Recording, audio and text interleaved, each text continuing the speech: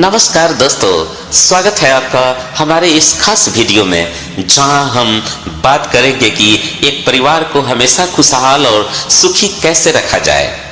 हर कोई चाहता है कि उसका परिवार प्रेम, शांति और आनंद से भरा रहे, लेकिन कई बार छोटी छोटी बातें हमारे रिश्तों में तनाव ला सकती है। तो आइए जानते हैं वे जरूरी बातें जो आपके परिवार को मजबूत और खुशहाल बनाए रखेगी। सबसे पहली बात, पारिवारिक संवाद को मजबूत बनाएं। देखिए, सबसे पहली और महत्वपूर्ण चीज जो है वह है अच्छा संवाद। जब परिवार के सदस्य एक दूसरे से खुलकर बातें करते हैं तो समस्याओं का हल जल्दी निकल आता है। इसके लिए दिन में कम से कम एक बार पूरा परिवार साथ बैठकर बातचीत करे। मोबाइल और टीवी से दूरी बनाकर एक दूसरे की बातों को ध्यान से सुने। अपने बच्चों और बुजुर्गों की भावनाओं को समझने की कोशिश करें। दूसरी बात, एक दूसरे का सम्मान करें। हर रिश्ते की नींव सम्मान पर टिकी होती है। जब हम एक दूसरे को सम्मान देते हैं तो रिश्ते में प्यार और अपनापन बना रहता है। इसके लिए परिवार में सभी की राय को महत्व दें। आपस में धन्यवाद और सॉरी जैसे शब्दों का इस्तेमाल भी कर सकते हैं। बुजुर्गों का सम्मान करें और उनकी सलाह को ध्यान से सुने। इस भाग दौड़ भरी जिंदगी में परिवार के साथ समय बिताना बहुत जरूरी है। एक दूसरे के साथ जुड़ाव बढ़ाने में मदद करता है। इसके लिए हर हफ्ते फैमिली टाइम प्लान करें। मिलकर कोई खेल खेले, मूवी देखे या कहीं बाहर घूमने भी जाए। खाने का समय पूरे परिवार के साथ बिताए। जिस घर में दिन रात कलह रहता है वहां अकाल मृत्यु, विपत्ति और विषाद का बसेरा हो जाता है। कलह प्रिय व्यक्ति किसी भी परिवार अथवा संस्था को उपहासनीय बनाकर विनाश के कगार पर लाकर खड़ा कर देते हैं। परिवार में एकता का ही बल होता है। हमें वर्तमान परिस्थितियों में भड़कने और बौखलाने के बजाय उनको स्वीकार करके आगे बढ़ना चाहिए। पति को सूर्य की भांति तेजस्वी तथा पत्नी को चंद्रमा की भांति शीतल होना चाहिए। पति पत्नी परस्पर पूछ पूछ कर कार्य करे और परस्पर झूठ कदापि न बोले। गृहस्थ की सफलता पति पत्नी के परस्पर सच्चे जीवन साथी बनने तथा बच्चों का प्रेम पूर्ण वातावरण में पोषण करने में निहित होती है। एक के कोप करने पर दूसरा शांत हो जाए और कोप समन होने पर मधुरता पूर्वक अपनी बात कह दे। परिवार के सभी सदस्य भूखों को भोजन देने, दिन दुखी जन की सेवा में रत रहे तथा अपनी शक्ति और सामर्थ्य का सदुपयोग करे। परिवार पुण्य कार्य में लगकर पुनीत हो जाता है। स्वर्ग का स्वप्न देखने के बजाय स्वर्ग का निर्माण करे। परोपकार रत तथा मधुर वातावरण से युक्त परिवार धरती का स्वर्ग होता है। ऐसे अनुकूल वातावरण तथा प्रेमपूर्ण प्रोत्साहन सुलभ होने पर ही पारिवारिक जन की आंतरिक प्रतिभा का सम्यक प्रस्फुटन एवं विकास संभव होता है। जहाँ स्नेह सागर की उत्ताल तरंगे मानुष को शीतल करती हो, वहाँ सुख का साम्राज्य होता है। कलह के कारण केवल जड़ जोरू और जमीन यानी धन, नारी और भूमि ही नहीं होते हैं। उनकी कोई सीमा नहीं बांधी जा सकती है। कदाचित मन पर आघात होना कलह का एक प्रमुख कारण होता है। छोटी छोटी बातों में बहस छिड़ जाती है और एक दूसरे के शत्रु बन जाते हैं। दोनों मुंह चढ़ा लेते हैं और बोलना बंद कर देते हैं। मन में दीवार खींच जाती है, फिर मकान में दीवार खींच जाती है। अभी इसका एक ही उपाय है, सहनशीलता और क्षमाशीलता, उदारता और गंभीरता। आवेश के समय लंबी बहस में न पड़े। एक का क्रोधावेश देखकर दूसरा शांत हो जाए। कभी 2 मिनट से अधिक क्रोध न करने का तथा बोलना न छोड़ने का संकल्प ले। मिथ्या अहम भाव छोड़कर क्षमा मांग ले, क्षमा कर दे तथा धीरे धीरे प्रेम पूर्वक समस्याओं को सुलझा ले। विशेषतः परिवार, पड़ोस, मित्र मंडल में जिन लोगों के बिना हमारा निर्वाह ही कठिन हो जाएगा अथवा दम घोटने वाला वातावरण हो जाएगा, हंसकर और हंसाकर रहना एक कला ही है। विषम परिस्थिति बुद्धि के लिए चुनौती होती है। मधुर वातावरण बना देना आपकी बुद्धि की कुशलता है। दूसरों के स्वभाव को हंसकर सहने की आदत डालना बहुत आवश्यक है। पूर्ण कौन है? हाँ, पूर्णता का प्रयास करना धर्म है। श्रेष्ठ व्यक्ति में भी कुछ दोष होते हैं, निकृष्ट व्यक्ति में भी कुछ गुण होते हैं। हमें एक दूसरे का निर्वाह करना चाहिए और सद्गुण जगाने चाहिए। आप जैसी भी परिस्थिति में हैं, उसे कोसने से क्या लाभ है? कोसने से आप अपने को दुर्बल घोषित कर रहे हैं। परिस्थिति को सुधारने में जुट जाइए। जैसी स्थिति में रोग को देखे उसके अनुसार ही चिकित्सा करें। वस्तु स्थिति से बचने और पलायन करने से समस्या का हल नहीं होता है, बल्कि समस्या अधिक विषम होकर सामने आती है। अत्यंत दृढ़ निश्चय करके उसका हल ढूंढने में डटकर लग जाना चाहिए। दृढ़ निश्चय एवं उत्साह तथा साहस और विवेक आपके सच्चे साथी है। आलस्य एक प्रकार की मृत्यु अथवा आत्महत्या ही है। हमें पुरुषार्थ इस प्रकार करना चाहिए मानो सब कुछ हमारे हाथ में है, किंतु प्रभु के अधीन ही सब कुछ मानकर फल प्रभु पर छोड़ देना चाहिए। प्रदत्त परिस्थिति में अपनी क्षमता के अनुसार पूर्ण प्रयत्न करते रहने में ही आपकी सार्थकता है।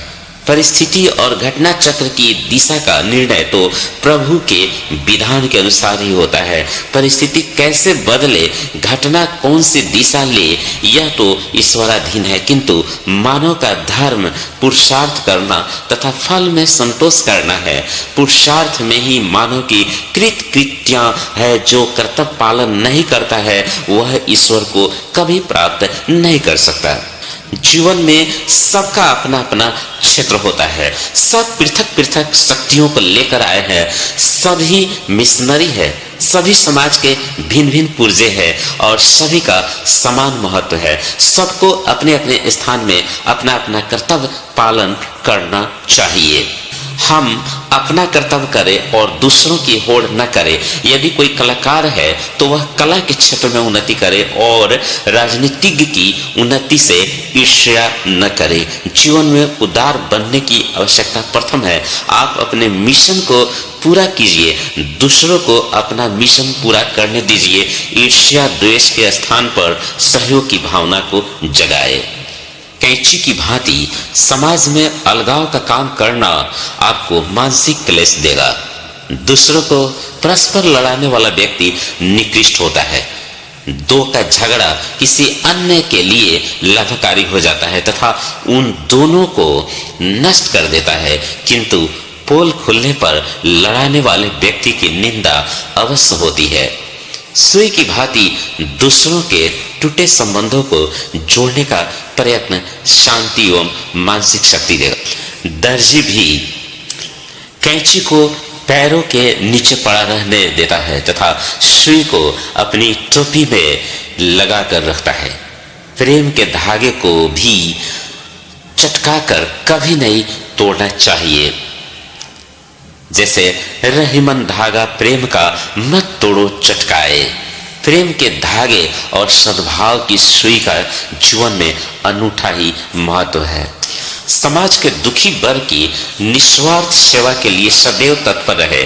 निकृष्ट स्वार्थ मनुष्य को दयनीय बना देता है।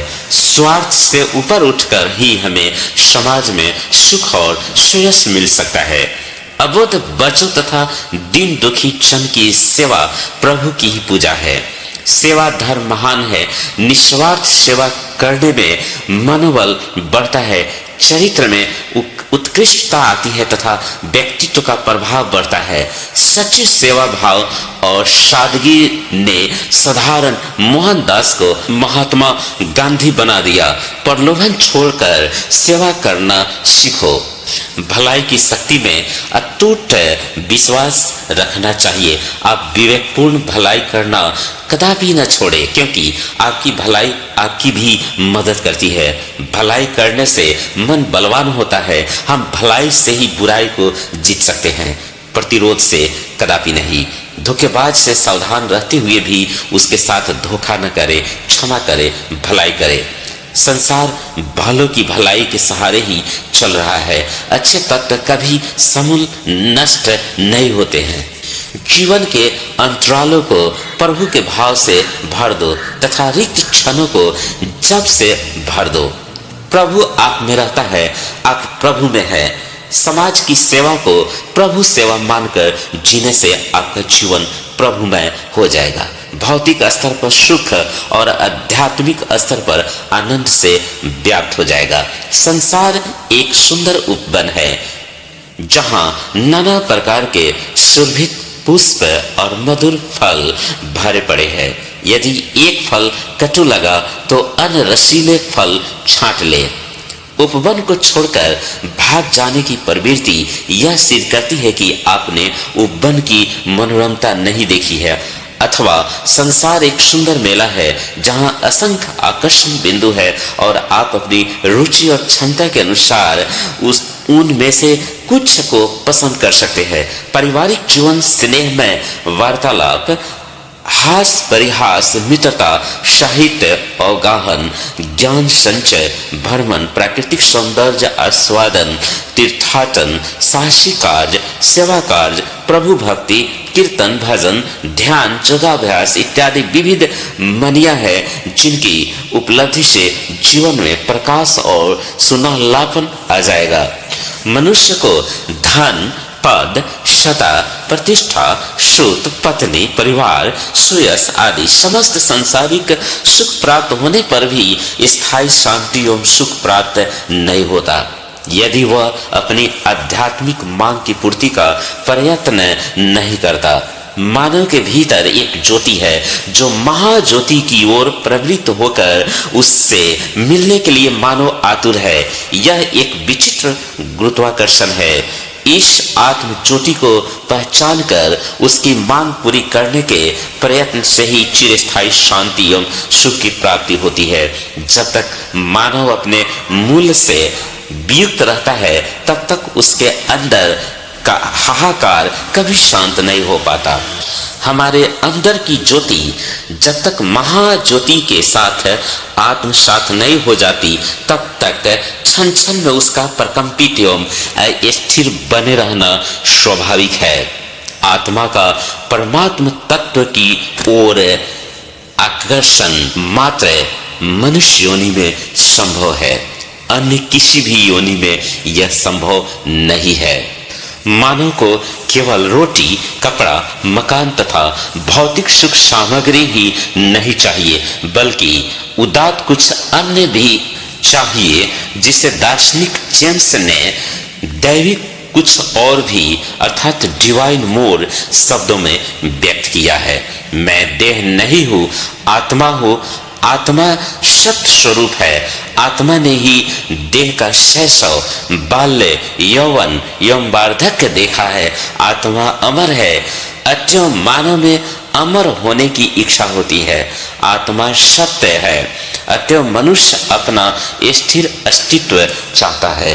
मानव की आंतरिक पुकार है असत्तो मा सद गम्य, अर्थात असत से सत्य, नश्वर से शाश्वत की ओर बढ़ना।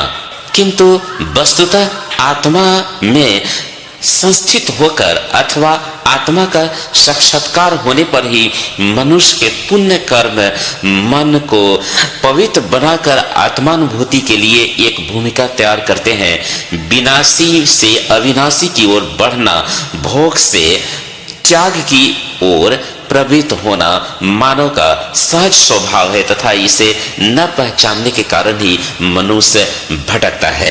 कई बार आर्थिक तंगी के कारण भी परिवार में तनाव की स्थिति आ सकती है। इसलिए पति और पत्नी दोनों मिलकर बैठकर सही वित्तीय योजना बनाए, आय और खर्च का सही संतुलन बनाए रखे, बचत करने की आदत डालें और फिजूल खर्ची से बचे, परिवार के भविष्य के लिए निवेश करें। कभी कभी हम अपने परिवार के सदस्यों की भावनाओं को नहीं समझ पाते, जिसे गलत फहमियां हो सकती है। इसके लिए परिवार के सदस्यों की भावनाओं का सम्मान करें। जब कोई उदास हो तो उसे समझने की कोशिश करें, जरूरत पड़ने पर मदद का हाथ बढ़ाए। कोई भी परिवार बिना गलतियों के नहीं होता, लेकिन माफ करना रिश्तों को मजबूत बनाता है। इसके लिए छोटी छोटी बातों को बड़ा न बनाएं, गुस्से में कठोर शब्द प्रयोग न करें, गलती स्वीकार करें और माफ करने की आदत डालें। आध्यात्मिकता परिवार में सकारात्मकता लाती है।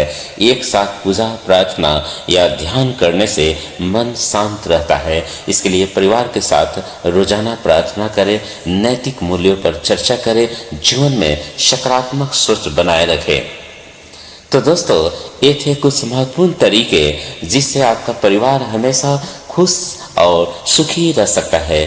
प्यार, सम्मान और साथ का कोई विकल्प नहीं होता। अगर आपको यह वीडियो पसंद आया तो इसे लाइक करें, अपने दोस्तों और परिवार के साथ शेयर करें और हमारे चैनल परम ज्ञान न्यूज़ को सब्सक्राइब करना न भूलें।